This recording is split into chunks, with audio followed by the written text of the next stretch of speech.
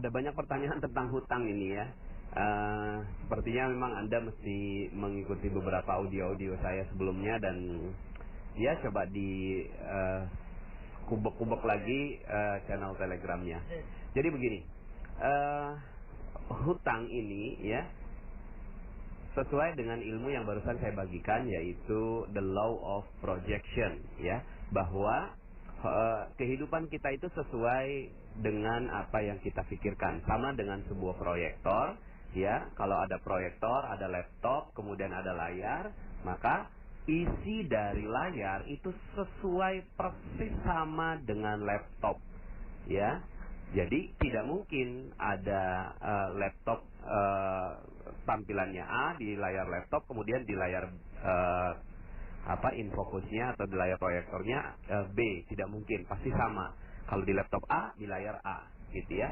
Nah, begitu juga hukum ini berlaku dan terjadi pada kehidupan kita, bahwa kita punya yang namanya laptop. Laptop itu adalah pikiran kita, kemudian proyektornya adalah akal kita. Akal kita terus memproyeksikan, dia berfrekuensi 60.000 pikiran setiap hari. Twing, twing, twing, twing, twing, twing terus gitu ya. Sadar nggak sadar, suka nggak suka, mau nggak mau, tetap dia berfrekuensi. Anda tidur, Anda terjaga, Anda berbaring, Anda duduk, terus dia berpikir, terus dia berfrekuensi ya. Dan setiap kata adalah energi, setiap pikiran adalah energi, dan energi tidak bisa dihancurkan ya. Nah, itulah yang tercipta ketika dia terproyeksikan melalui akal kita, maka dia terproyeksi melalui nasib kita ya. Nah, nasib itulah layar ya. Maka the law of projection, apa yang ada dalam pikiran kita pasti terjadi di nasib kita ya. Ketika kita berpikir bahwa aduh jalanannya macet, maka pikiran kita macet, akal kita memproyeksikan macet. Akhirnya yang terjadi adalah kita sedang berdoa, ya Allah macetkan hidupku, macetkan rezekiku, macetkan kebahagiaanku, macetkan keharmonisanku. Akhirnya layar kita ya, yaitu nasib kita, jadinya semua macet.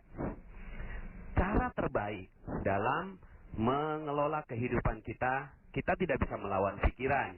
Pikiran nggak bisa dilawan, dia selalu berpikir. Yang bisa kita lakukan untuk pikiran adalah membelokkan ya. Bagaimana membelokkan? Ya kalau macet kita bilang wow penuh gitu ya, karena memang realitanya penuh. Kita tidak melawan realita, tapi kita mengikuti realitanya, coba kita ganti dengan bahasa yang jauh lebih positif.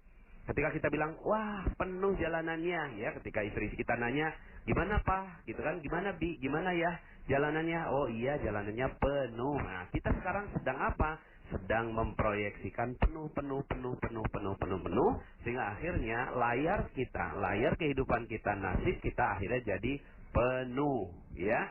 Nah penuhnya apa ya? Penuhnya rezekinya, penuh keharmonisannya, penuh kebahagiaannya. Dan kalau seandainya Anda lakukan itu, jalanannya jadi penuh, hati Anda jadi lega, tenang, Anda tidak akan pernah bisa mengeluh, Anda jadi gampang bersyukur gitu ya. Nah sehingga akhirnya hanya dengan men-switch fokus Anda, men-switch bahasa Anda, men-switch energi Anda, sama seperti laptop. Kalau Anda misalnya layarnya gambarnya A, terus kemudian kalau di PowerPoint itu kan tinggal pencet spasi ya. Nah, pencet spasi maka gambarnya berubah begitu ya. Sama dengan pikiran kita, pencet aja spasinya, macet, oh maaf bukan macet, penuh begitu ya. Nah, sekarang saya mau bicara tentang hutang ya.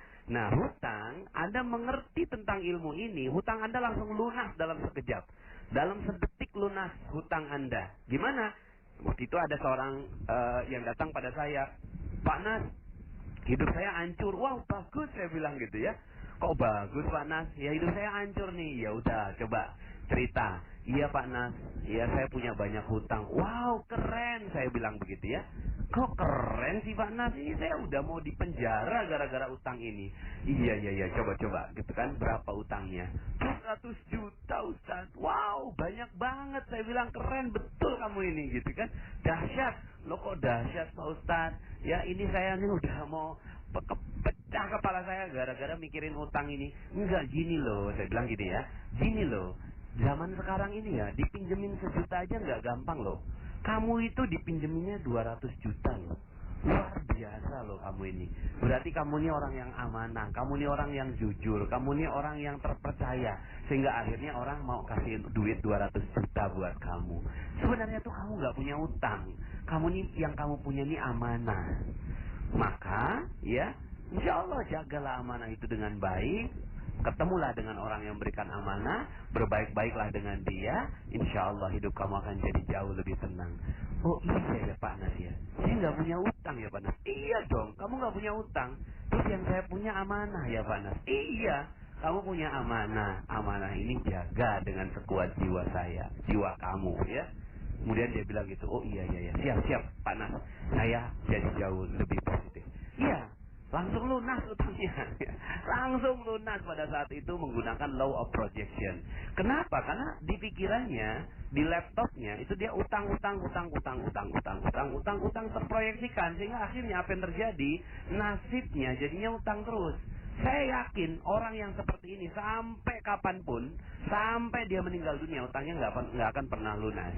Tapi kalau dia switch menjadi amanah, maka amanah akan datang bertubi-tubi pada dirinya, ya. Amanah akan datang bertubi-tubi. Sekarang ini amanahnya 200 juta. Mungkin itu untuk modal toko, ya. Lalu kemudian setelah itu amanah datang berupa konsumen yang loyal, kemudian karyawan yang jujur, gitu kan, kemudian supplier yang baik hati meminjamkan barang dan seterusnya. Jadi amanah datang bertubi-tubi. Nah, sekarang pertanyaan saya, Anda yang masih punya utang, udah lunas belum utangnya sekarang?